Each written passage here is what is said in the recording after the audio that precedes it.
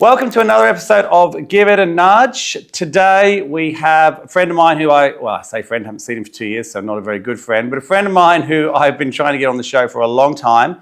Very cool business. It has gone great guns, Azura Fashion Group, in the last few years. So we're going to, one, recap on that because I don't actually know what's happened, but two, just talk about where it came from, where it's going, and what they're doing with technology. Welcome, Sam. Thank you. Thanks for having me. Pleasure. I'm glad to finally have you here. So for the sake of anyone who doesn't know you yet, if they're on LinkedIn, they don't exist, but if they're not on LinkedIn, they might not know who you are. Give us a quick synopsis of Azura Fashion Group and what you guys do. Yeah, so we started Azura Fashion Group in 2019 off the back of some of the bigger name brands burning their excess stock to kind of keep their price points quite high. So it was all through the media. Balmain was one of the ones leading that.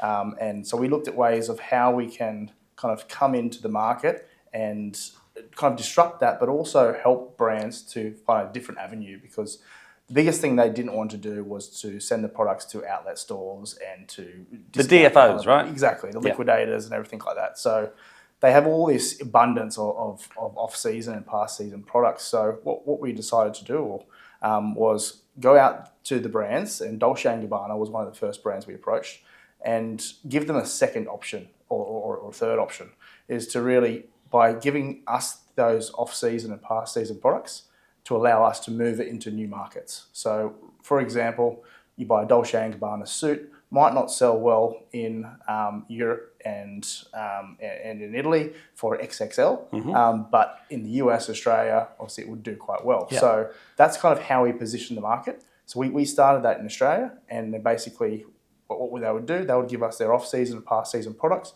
through a live feed. And then we would push it out to marketplaces and retailers in Australia to start with. So rather than competing with the likes of Farfetch and Net-a-Porter, we decided to partner with them instead. Okay. So I'm going to come back to your past in a minute, but you said something that I really need to ask before we go into your little past and how you came into this world. Your first customer you approached was Dolce & Gabbana. Yeah. Pretty ballsy. I mean, little startup in Australia. I know. Let's call D&G, see if they're on. Why? How did that happen? Why did you choose them as one of your first customers? And how did you go about that? Because I'd imagine that they would receive all sorts of calls from all sorts of people. It was really through network. I had met a guy in Sweden who had a relationship with Dolce & Gabbana. So that was really how that kind of came apart. And his biggest kind of concern or biggest kind of challenge was he would buy, or he had a contract with Dolce & Gabbana where he would buy pallet loads of stock every month. But it would come in a pallet and it wouldn't have any description with it or any kind of product information with it. Right. It'd be like, this is what you're buying, this is what you got. He then needs to take photos of it and also then list it online and see how he could do it. He didn't have any of the online experience, so he was selling it through fashion houses. So I kind of said to him at the same time, why don't you introduce us to Dolce & Gabbana as well as yourself, and we'll work with you and we'll help you get those products online and enrich that data.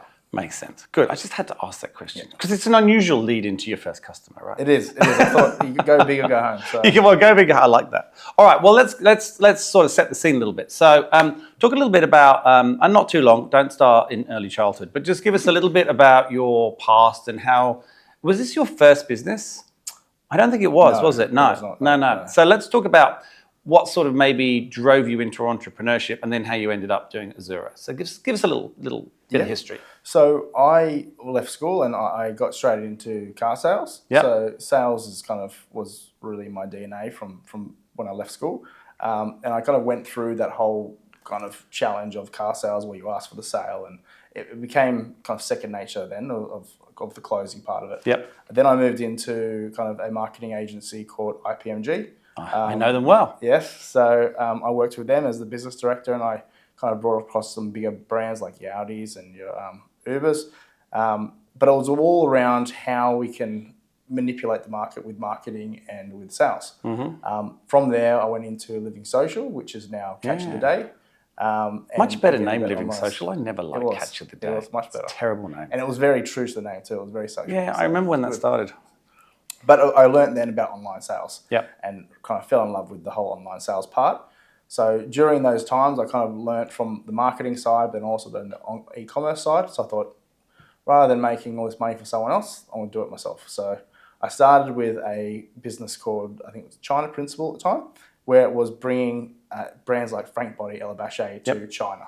Cool. And it was about basically just helping them navigate the whole market with the logistics, the sales, the marketing. Basically went through that channel, did that for a while, and that's when I met this guy in Sweden. Right. And then from there, I kind of said, look, I'm going to pivot from that and really focus on this luxury fashion thing. One, luxury fashion is cheap to move in terms of weight. Yep. And two, there's not many competitors in the market that are doing it. No. So I thought, let's just go for it, and away we go. Cool. So tell me, what do you think it was about your past or something that happened to you that made you go, you know what?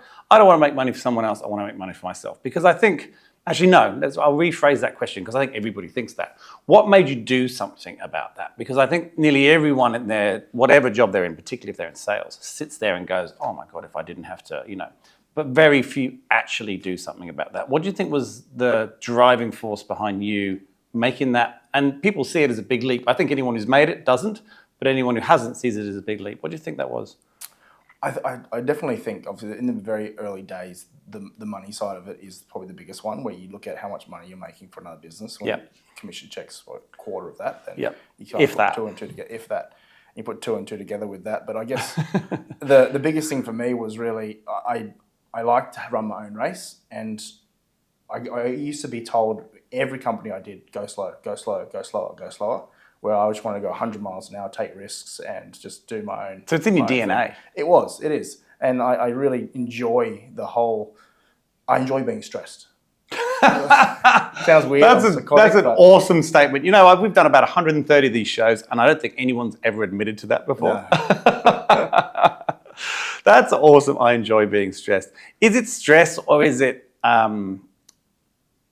Someone said to me, it's anxiety. I don't think it's anxiety either. I think it's almost like adrenaline. It is. And I think most people, but especially me, I work better when I am stressed. If everything's going well, I foot off the brake. I don't know how to relax, and it just kind of things start going wrong. So I need to be going 100 miles an hour. Things need to be going wrong for me to kind of really get into the rhythm and like ADD. Like, oh. So I was just walking here on the phone. And I was running late, so I apologize for that. But I was having this exact conversation where I was talking about how when things are going wrong, it almost gives me a sense of comfort. When everything's going right, I am insanely anxious. Yes. Because I got no idea what's coming at me. At least when something's going wrong, I know I can do something about it because there's a problem in front of me. I have to sit down and work it out. Yep. But when you don't know what's coming, that's terrifying. Yes. Yes. So I think maybe it's a DNA thing. All right, well, let's go back to Azura. So look, you've had, we met just after you'd started, I think. Yes. And it was very early days. Since then, I haven't seen you physically, but I have seen you winning award after award after award after award. You're on every stage I ever see on LinkedIn. Talk to me about that journey. Where's the company at now? Because it's grown exponentially, and I believe you're doing some new things. You're looking at technology now as to how to assist you. So let's go a little bit through that journey of Azura and where that is now. So back to the story with the pallets. We started to go out to different suppliers and different people. Yep. And they all had the same issue. They would basically buy at wholesale, which is say 70-80% off, but they would have no data for these products. Yeah. So we were having to have a team in the Philippines basically sit there and try and data or create descriptions for products that were old season or off season, where they were no longer listed online for the brand's website. So they were creating things.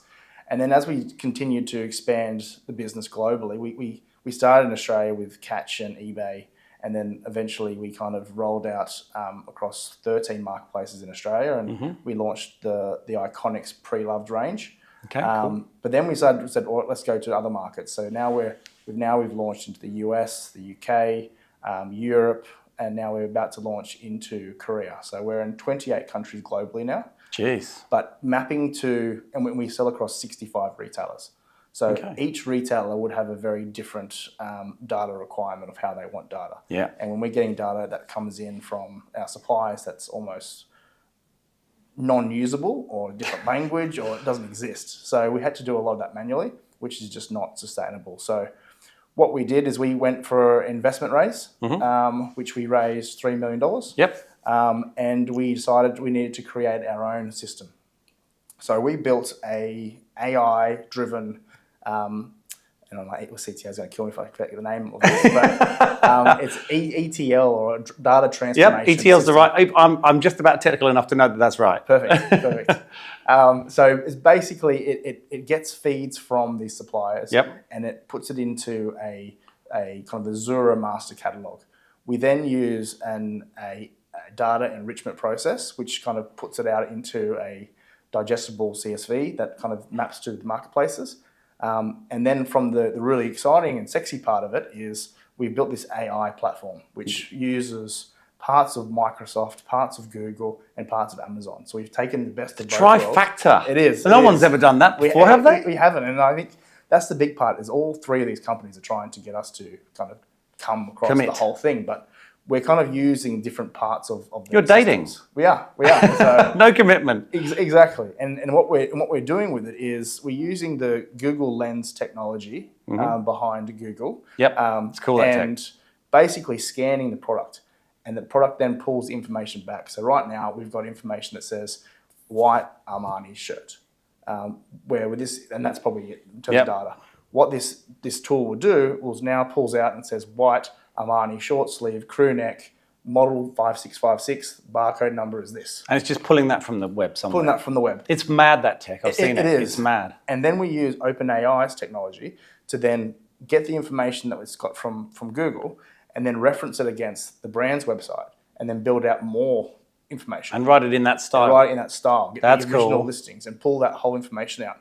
And then from that point, we then use Amazon to manipulate the images that these wholesalers are using and actually create the image from the actual brand and remove the model completely and do a ghost mannequin for the product. That's wild. So how on earth really cool. did you, one, come up with going to all three? Because no one would normally go to all three. No. I mean, it's highly unusual. And then to take the best of all three and combine them and actually get them all to work together, which I'm guessing they have to do that. Yep. That's incredible. I've never heard that before. And that process, I imagine, happens pretty instantly. It does, and that's what it needs to. It needs to update every 15 minutes because if a sale happens over in Korea, we need to pull it down from every other marketplace. Of course. So it all happens in real time, and that data enrichment process now allows us to go to any wholesaler or any boutique and basically list it out across 55, 65 marketplaces around the world. So we can go to Bondi, go to one of their stores that they say they've got all this stock sitting there. We can say, give us a CSV. We upload it into this system. It automatically creates this market-ready listings, and we list it out to everywhere. And all of a sudden, they're going to be selling into Norway and selling into Korea and all sorts of different markets. And so what do you do? So how's the order management work, right? So are you warehousing that stock, or does it just take it from wherever the people have it, or how's that back end work? So it just takes it from where they have it. So we have everything on digital consignment. Right. So we don't you don't carry anything. No. So our whole model is zero inventory. So we kind of keep that risk away. But the whole model process is we are just an extension to their already existing sales channels. Right. So we would plug into their system, an order would come through, say, the Iconic. Mm-hmm. We would then place the order with the supplier. We would give them a, say, DHL label. Yep. It would come into our warehouse. We would repackage it, and then it would go to the end So customer. postage, packaging, all that stuff's all automated. You don't have to worry about that. That's amazing. I did not realize that was so. But this is why you're winning all these awards. Yeah. And so how many brands are you carrying now?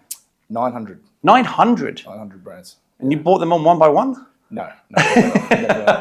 So That's a lot. it is a lot, and I think it's probably it's kind of we're now looking at how we can really because of 900 brands, our sales come from the top 10%. Of course, as is always the way. Right? Yeah. So it's about how we can pick and choose and kind of become more focused and give the brands more attention as well. Yeah. Okay. And in terms of the, I guess the usage of that, do you have your own end as so your own customer facing endpoint as well? So like if, for example, yes, I can buy off Iconic or one of those other many marketplaces. Do you actually have your own front end as well, like an Azura Fashion Group where you can go on and see all the stock? Or is that something you're thinking of, or having your own marketplace, so to speak? We do. We have Azura Runway and Azura Reborn. So Azura Runway carries all our new fashion, and Azura Reborn is our pre-love fashion. Makes sense around the names. I get that. Yep. And do you find you're selling more through that or more through the marketplaces? I think we do about 99% through marketplaces. Yeah. That's our business model now. Yeah, okay. So we definitely try and push our own sites, but it is more basically driven. The model is driving through retailers. Obviously, Cool. it stops us from having to spend money on marketing, and it helps us really control what we do with that. What's been the hardest thing? I can tell from your question about ETL that you're not technical. So you've got a very technical and advanced system here. What's been the hardest thing for you? And do you have business partners or not? I can't remember. I do, yeah. You do. So are they technical, or is anyone technical in the founding group, or are you all? Not business partner, not so much. It is more technical than I am, but we have with our investment raise, we took on board the CTO of Dimension Data, who Right. is obviously very technical. So he's kind of come into our system, and he's helped build the whole infrastructure of this model. I've learnt a lot about AI in the last I bet you have. few months to try and keep my head around it and stay relevant, but It's impossible. It moves so fast. It does. It's move it's fast. nuts. It We does. have there's an AI hub in this building, and I go to a lot of the events. We actually film a lot of the events, and every time it's completely changed. It's just the speed at which it's changing is insane. Yeah. No, it is. It's incredible. But yeah. So, sorry, back to the question because I diverged. What's been for you, and I think this is an interesting question because a lot of podcasts always talk about how wonderful and amazing everything's going. We always like to touch on what's been probably the hardest thing for you to achieve, and what was the worst part of this journey, which has been how many years now? What, 5 years? Yeah, 5. Yeah. So yeah, what's been the hardest thing for you personally, and what have you learnt most? I think the hardest thing personally is, I guess, the circular fashion part of it. Yep. With one of the earlier partnerships we got involved with was Farfetch. We wanted to partner with them in almost. They're every UK single based way. originally, aren't they? I think. Portugal. Oh, is it? Is it that right? Yeah. Okay. So we work closely with Farfetch, and one of the kind of conversations we had with them was kind of a merger and acquisition down the future. But what they wanted us to get involved with was pre-love fashion, circular fashion. They have kind of a big arm with that. So we moved into the circular fashion arm, and it was kind of re-educating ourselves of how that moves. And because it's luxury pre-loved, the price points are obviously you get your Rolex watches, you've got your Birkin bags, so it's $40,000 to $30,000 purchases. So it was really educating ourselves into that market, and then we wanted to do then was pivot and offer a authentication service that came with that. Okay, makes sense. So we would do a buyback service. We'd actually buy people's handbags back from them. Okay. So we have an authentication service now done in Newcastle. So we had Farfetch fly out to us and do a training session with us and kind of learn that system. So and we're talking Newcastle, Sydney, not Newcastle, UK, right? Newcastle, Sydney, yeah. So we did all that. So we had to learn how to authenticate handbags and what the pros and cons of it. Can you do that now? I can do that now. You are a popular man. Yes. So it's mainly my wife. So my wife uses most of it. So we should go for lunch down at Margaret in Double Bay, and you can tell me who's got the real ones and who's got the fake ones. That'd be a great day out. Yeah, definitely. So I'm interested in that circular fashion part. Obviously, it's becoming huge. And another conversation I've had today, gosh, so many relevant conversations today about you, even though we weren't talking about you, was about the fact that there's really, in fashion right now, there's two kinds of people that are buying. They're either buying the fast fashion with the Zaras, or they're buying the top-end Dior. That in-between is kind of a lost cause. Like, people aren't buying it. Labels like, I won't language labels because that's bad, but it's quite interesting how people are either going one way or the other. And it's not just in fashion, it's in everything. And the reason we were talking about it was we were talking about the famous bakery in Melbourne called Luna that does the ridiculously expensive croissants that people queue 40 minutes for. And that's their version of luxury because perhaps they can't afford a Birkin bag, but they can afford a $16 croissant, which seems ridiculous. But it seems the whole world, and whether it was a COVID thing, I don't know, is either going for really affordable stuff because that's what they need to do, or they're going for really high quality and they don't want that in between. Have you seen that? And because of that, you've got this circular fashion market. How do you get your stock there from the circular fashion, other than the buyback thing that you just mentioned? I think that's probably hit the nail on the head with that one, because that middle range of products during COVID was the one that was affected the most. We didn't see any slowdown. If not, it was an increase for luxury pre-loved. Yeah, and it's still going up. Apparently, 20% up this year. I heard the other day. Yeah, so it continued to drive, and that was probably 12 months ago, pre-loved was 60% of our revenue. Wow. So it really took off. So where's that coming from, other than buybacks? So we with Farfetch, we get a lot of their products as well. So do they buy it back? Life. Is that how they get it? Do as well. They have do a program that, called Second Life, which we actually run in Newcastle. But we also went out and did the same thing with suppliers. Is we went after the pre-loved suppliers, and there are a lot of different pre-loved suppliers that kind of base themselves out of the auction houses in Japan, and they go through the authentication process there. So we get a lot of our pre-loved from Japan. Interesting. The rising side of Japan again is going off from what I hear. It is. I've read all about this the other day. Okay, super cool. All right, where are you going now? What's next? I mean, you've achieved in what is a relatively short period of time. In fact, not just been going 5 years, we've been going about the same amount of time. Isn't that interesting? Where's it going now? What's new for you? What's on your agenda in terms of the business right now? So I think with the last equity raise we did, we basically built this AI transformer. And that was a crowdfund, right? You raised that from your customers to some degree. We did. We did that, and then we also went out to VCs and family offices, and we had this vision of building this transformer. So we've now completed that. So we've now built this AI transformer, which we call the Azura transformer. And think about that one for a while, did we? And then we basically, so we've done that now, and now we're looking to scale the business. So the AI model has actually halved our operating costs. I'll bet. Like the speed of the way you just described it, I would imagine that's just like from a people power, reduced it drastically. Big time. And now it allows us to scale. So there's our fixed costs don't actually increase with the revenue anymore.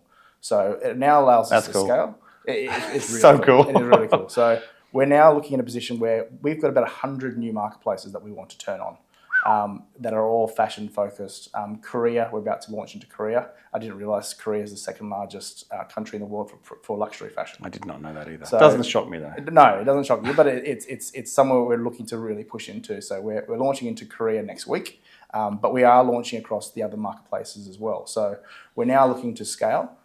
So we are actually going back out, I think in the next few weeks for another crowdfund. So we want to get obviously the community involved and want to obviously back Azura, but obviously this is going to be one of our last raises we do. So we really want people to kind of get involved in the journey, because now it's about, obviously we've just hit that break-even point as well. Yeah. So everything from now on is all profit. So we want to really scale the business, and by doing another equity raise, it kind of gives us that kind of speed to market, which we can now do. Because what used to take us 6 months to turn the marketplace on now takes us 2 weeks. Yeah, you've hit that tipping point, right? We have, and now I just want to smash it. It's great. I mean, there's not many people sat in that chair that can say they've been profitable. I can tell you that out of 130 shows, probably 5 or 6 in the startup world that are actually profitable. So well done on that. And obviously the demand for that across the whole industry has gone up drastically. But congratulations on that. More importantly, we will release this episode at pretty much exactly the same time you do your raise, and we will put the link in the chat below so that anyone who sees it and they want to get involved in this business, they can do. Because I mean, who wouldn't want to be involved in business where do they get any? Is this the right place to talk about it? Are there any special benefits you get I'm sure there are, right? We are going through it at the moment, and we want to make it really, really sexy to invest. And what we're thinking is, rather than just the normal 5 or 10% discount, we're thinking if you invest over a certain amount, we'll give you something like a Louis Vuitton bag. Oh, did you just say that? We're going to turn that into a short. We're going to put that on Instagram. You're going to get so much money on the crowdfunding. It's going to be insane. I love that. I think that getting something for being involved and being within a community is a really, really popular thing right now. And it was really fascinating to me that if you read any of the articles during COVID, which I'm sure you did because there was really not a lot else for everyone to do, it was always talking about how we were going to go down this huge community-driven marketplace for everything, which is obviously what you're creating. Yep. And I think crowdfunding creates an even closer community. And I think if you're going to give them something on top of the discount, that will be super cool. So you'll have to give us the dates, and we'll make sure it comes out at the right time. That's awesome. And then so with that, it's really just scaling in terms of marketplaces. Yep. And going into new countries and going into new markets. That's really exciting. Now, how big's the team now? I think they're about 8. Okay. Is there plans to grow that? I don't think we need to anymore. I think a lot of it's got to do with AI. So it's really, I think we'll probably bring on someone more around the developer side. And obviously we want to keep ahead of this AI model. Obviously the way it's kind of coming out, we kind of need someone that's looking at it all the time. But I don't think we really need someone anymore. I think probably putting some people on the ground in Europe or in Korea or something would be helpful. But we've built this model now where it is all driven by AI. I guess that's the cool bit about it is there's a lot of buzzwords around AI, a lot of cool things about it, but no one's really monetizing it. And I think what we're doing with it is kind of first in market is we're actually making money off it. We've proven the model works by putting these 3 different The fact that you're using all 3 together. is mad. I mean, I think that in itself is incredible. We had a guy from, we had Mike Lamford from Google sitting where you are last week, who I know quite well, and he was talking a lot, obviously, about the AI stuff. But I've not heard, and we interviewed a lot of AI companies, AI's everywhere. I haven't had anyone give me a practical solution like you just did. Yeah. And I've definitely not had anyone say they're using all 3 of the big players to do that. So, I mean, I think that's wild. How amazing to have built a business that you can now scale without having to scale people. That's incredible. All right, if someone's thinking about investing in Azura Fashion when it comes out, what would you say to them? This is your chance to speak directly to those people here, right from your mouth. Why should we come and get involved in your equity raise? I think we've shown now that that we've already raised the funds through crowdfunding, but also now that family offices and VCs are involved in business. So it's institutional money, so that it's kind of gone to the next level. Validated. We've won, obviously, the number of awards, but the biggest thing is all the work has been done. And it has. All the work has been done around the AI technology, the business model, the connections, the relationships. It's all done. So now it's just about scaling the business. And for us now, obviously, we want to just build it up to a point where it's 10x from where we are now. 10? Got to be bigger than 10. Be bigger than 10. Come on, Sam. 100. But also it's about also looking at how we can work with Australian designers. Obviously, fashion. I've just come from Fashion Week, and it was a kind of a shadow of what it was last year. Yeah. Just because everyone's doing it tough. I think this is a way of Australian retailers kind of plugging into Azura and reaching markets like Norway, Korea, without having to spend a whole bunch of money. Yeah. And it really helps Australian designers get out there as well. That's amazing. I love it. Mate, congratulations. What an awesome story. Thank you. We're definitely going to get you back on in a year or so, although we say that probably take another 3 years, just to see how that crowdfunding went, but to see where the business is at and to see what you've done with that AI. I mean, I think you're definitely leading the pack with that. I mean, we're at the forefront of startups here, and I haven't heard anyone articulate anything like that to me. So, how exciting. Yeah, mate, thank you so much for coming on. I'm glad we finally moved. It's probably good that we waited until now. Yes, good timing. Thanks everybody for watching. What a cracker of a story. If you're interested in the crowdfunding race, please click on the link below. Don't forget to subscribe also, and we'll see you next week.